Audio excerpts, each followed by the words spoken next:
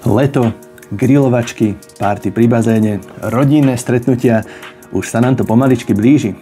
Za mňa rozhodne pri každej takejto udalosti musí byť kvalitná hudba. Moje meno je nevidiaci Filip, spolu so mnou je tu tento krásavec Sony Ultfield 7 a kto vie, možno práve on bude váš nový party reproduktor.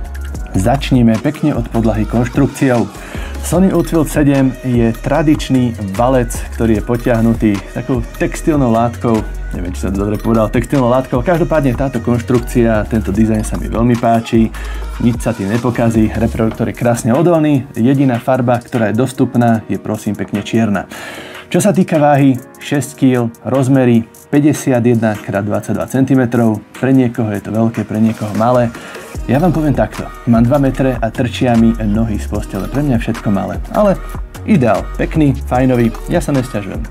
Čo sa reproduktorovej výbavy týka, nachádzajú sa tu 2 reproduktory X-Balance, pevne verím, že tieto názvy vás nezaujímajú, lebo dôležité je, ako reproduktor hraje. Taktiež sú tu 2 výškové reproduktory a po bokoch máme pasívne radiátory, ktoré sú tak pekne zasadené v tej konštrukcii. Ale mne osobne by sa páčilo, keby aj tieto pasívne radiátory boli niečím kryté. Predsa len bezpečnosť na prvom mieste. Na hornej strane reproduktora sa nachádzajú tlačidlá. Zapínacie tlačidlo, Bluetooth, play, pause, tlačidlo na hlasitosť plus minus a toto krásne tlačidlo na konci, ktoré sa volá ULT. Má 2 polohy, ULT 1, ULT 2, Deep Bass, Attack Bass. Podrobne si funkcionalitu ukážeme pri zvukovom teste a na záver vám poviem, či to naozaj zlepšuje tú kvalitu audia. Na zadnej strane reproduktora sa nachádza krytka, ktorá ide naozaj veľmi tuho otvoriť a pod ňou sa nachádzajú konektory a tlačidlá. Môžete tu ovládať svetlá na reproduktore, baterku, key control, taktiež echo tu máte. Konektory môžete pripojiť gitaru alebo mikrofón, taktiež môžete pripojiť 3,5 mm jack na to, aby ste cez reproduktor prehrávali audio cez kábel. Máme tu USB, ktoré slúži na dobíjanie vašeho zariadenia, prípadne viete zapojiť flešku, púšťať cez ňu hudbu.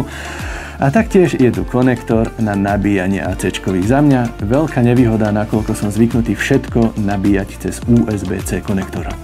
Za mňa je táto krytka celkom nešťastným riešením, nakoľko som toho názoru, že všetky tie ovládacie prvky by sa pekne krásne dali dať na hornú hranu reproduktora. Odpadlo by to nezmyselné ťažké otváranie, zatváranie a na záver, čo sa konštrukcie týka, dodám, že celá konštrukcia reproduktora je vodotesná IP67. A tuto, priateľa, jedno také upozornenie. To, že je reproduktor vodotesný IP68 alebo iné zariadenia IP68 neznamená, že automaticky to musíte chytiť, hodiť to do vody, pozerať, ako to basuje špliecha. Tá vodotesnosť znamená to, že ak náhodou vám zariadenie padne do bazéna alebo do vody, takže by to malo prežiť. Nie automaticky, že sa s tým musíte kúpať. Predtým, než si samotný reproduktor pustíme, mám pre vás pár doplňujúcich informácií. Reproduktor podporuje rýchlo nabíjanie. To znamená, za 10 minút sa nabije na 3 hodiny. Áno, je to pravda, testoval som to. Taktiež musím povedať, že reproduktor má sľubovanú výdrž 30 hodín na jedno nabitie. Je to neskutočná výdrž, ale veď sa má tak. Keď vypnete extra basy, vypnete svetielka, ktoré tento reproduktor obsahuje, to vám za chvíľku ukážem, a hlasitosť si dáte na takých 20-30%, tak áno, tých 30 hodín naozaj dosiahnete. Ale keď už tomu riadne utnete, zapnete si svetielka, basy, všetko naplno, reproduktor vydrží zhruba takých 15 hodín. Taktiež ešte dodám, že reproduktor môžete mať jednak na šírku, ale aj na výšku, nakoľko tie rukovete hore na prenášanie sú z tejto strany, dúfam, že to bude takto vidieť, sú pogumované a keď to dáte na stôl, tak sa to naozaj ani nehne, pekne to tam drží. A na záver vám ešte chcem ukázať tieto svetielka. Takto z každej z jednej druhej strany je ten pasívny radiátor pekne podsvieteníkov dokola. Ja to nevidím, ale to bude pravdepodobne tým, že som nevidiaci. Ale doma som to ukázal, hovoria, že to pekne svieti. Cez deň vám to akurát tak len baterku vybíja, ale v noci je to pekné, sympatické podsvietenie.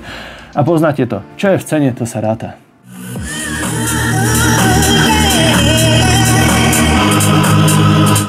The bass.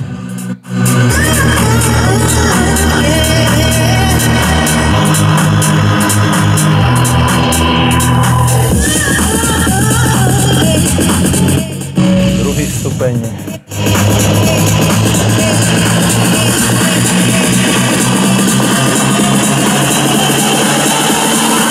To the sound, back to the sound.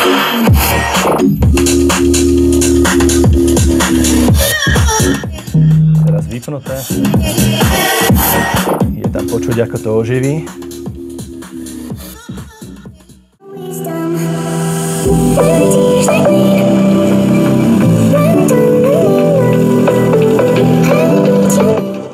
Hlboké basy.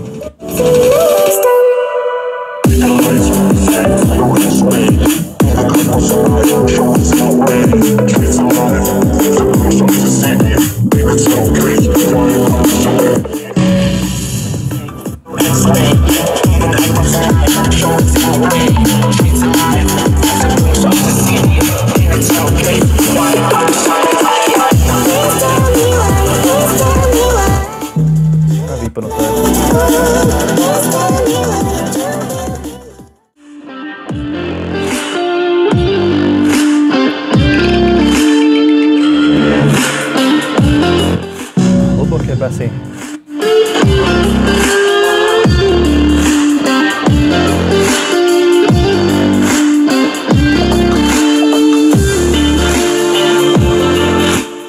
Druhý stupeň.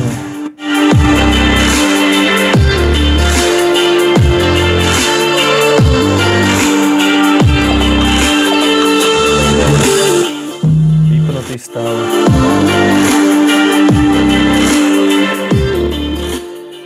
Na záver tejto ukážky vám chcem ukázať, ako tie bočné pasívne radiátory svietia a taktiež, keď dám hlasitosť, ako tie reproduktory neskutočne pracujú. Pozerajte na to.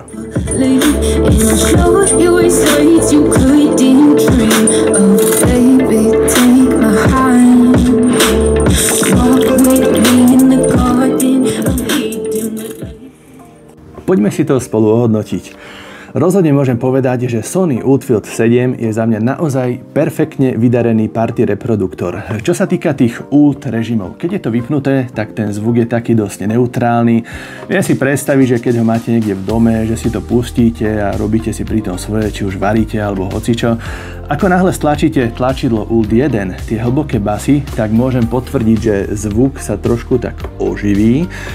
Basy sú výraznejšie, ale za mňa osobne som si veľmi obľúbil Ult 2, to sa volá Attack Bass, tá druhá varianta toho tlačidla, keď to dvakrát stlačíte, tam je ten zvuk naozaj dynamický, do popredia idú výšky, taktiež aj basy sú tam zreteľné a môžem povedať, že 90% času som počúval práve na variante Ult 2, tam mi bola sympatická. Taktiež musím dodať, keďže sa jedná o objektívnu recenziu, ako náhle reproduktor dáte hlasnejšie ako 70%, samozrejme, basy idú do úzadia a do popredia idú výšky, takže reproduktor vie naozaj veľmi kričať. Ale ideál vám poviem 50-60%, keď budete na tejto hlasitosti počúvať, perfektné, nemám čo dodať. Ak radi ovládate svoju elektroniku cez aplikáciu, samozrejme Sony myslel aj na toto k dispozícii, je aplikácia Sony Music Center a Fiestable. Cez tieto dve aplikácie dokážete ovládať kompletne funkcie reproduktora, či už svetielka, nastaviť si vašu konkrétnu farbu, alebo to vypnúť, taktiež ovládanie hudby z flešky, z USB kľúča. Taktiež viete prepínať tie funkcie tlačidla Ult, skrátka, čo vás napadne, to cez tú aplikáciu viete ovládať. Priatelia, sme na závere dnešnej recenzie party reproduktora Sony Ultfield 7. Ak by som ho mal bodovo ohodnotiť, rozhodne by si reproduktor odniesol solidných 8 bodov z 10. Musím vyzdvihnúť veľkú výdrž na jedno nabitie, reproduktor určite s vami bude držať tempo celú noc, taktiež zvuk, krásne basy, reproduktor perfektne hraje, prenositeľnosť, chytíte zámadla, idete kam vás napadne, ale samozrejme nič nie je dokonalé, všetko má aj svoje muchy. Za mňa najväčšia mucha na tomto reproduktore je asi nabíjací konektor, ten AC. Ideálne by bolo, ak by sa reproduktor dal nabíjať cez USB-C. Vtedy by som mu dal plných 10 a bol by som maximálne spokojný. Druhým menším mínusom je za mňa rozhodne tá krytka, ktorú som vypichol počas recenzie. Za mňa by bolo ideálne, keby všetky prvky boli umiestnené na hornej strane reproduktora a miesto by si tu rozhodne našli.